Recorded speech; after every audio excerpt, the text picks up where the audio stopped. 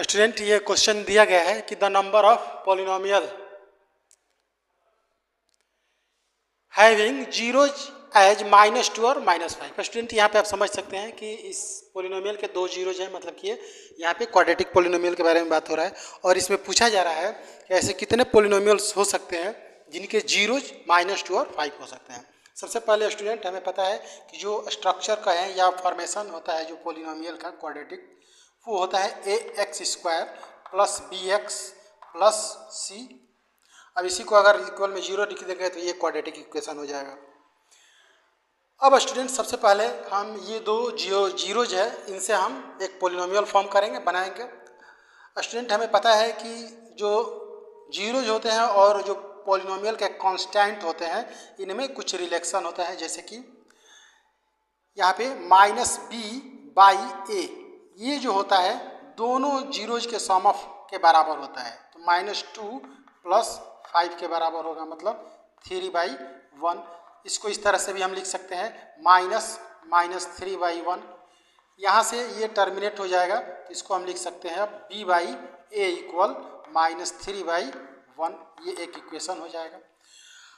दूसरा स्टूडेंट होता है c/a, ये जो होता है ये दोनों के प्रोडक्ट के बराबर होता है, मतलब कि -2 × 5 -10।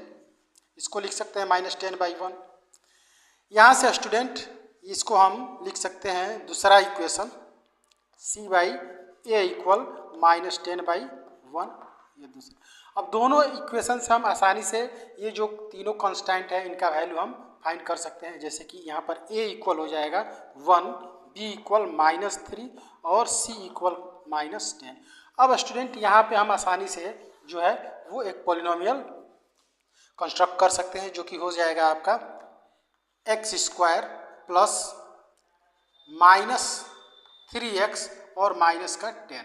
अब स्टूडेंट ये जो पॉलिनोमियल है इसके जीरो जो होंगे -2 और 5 होंगे, लेकिन अगर किसी कांस्टेंट नंबर में इस पॉलिनोमियल को हम मल्टीप्लाई कर देते हैं नंबर से, तो यहाँ पर जैसे मान लो कि 2 से करते हैं तो 2x² - 6x - 20।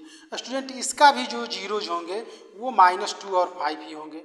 अगर 3 से कर दें, मान लीजिए कि 3x² - 9x और -30, इसका भी जो जीरोज होंगे स्टूडेंट वो -2 और 5 ही होंगे। यहाँ से हम ये समझ सकते हैं स्टूडेंट किस तरह से बहुत सारे पॉलिनोमियल होंगे जिनके जीरोज -2 और 5 होंगे। इस तरह से इन्फिनाइट नंबर ऑफ पॉलिनोमियल्स हो जाएंगे।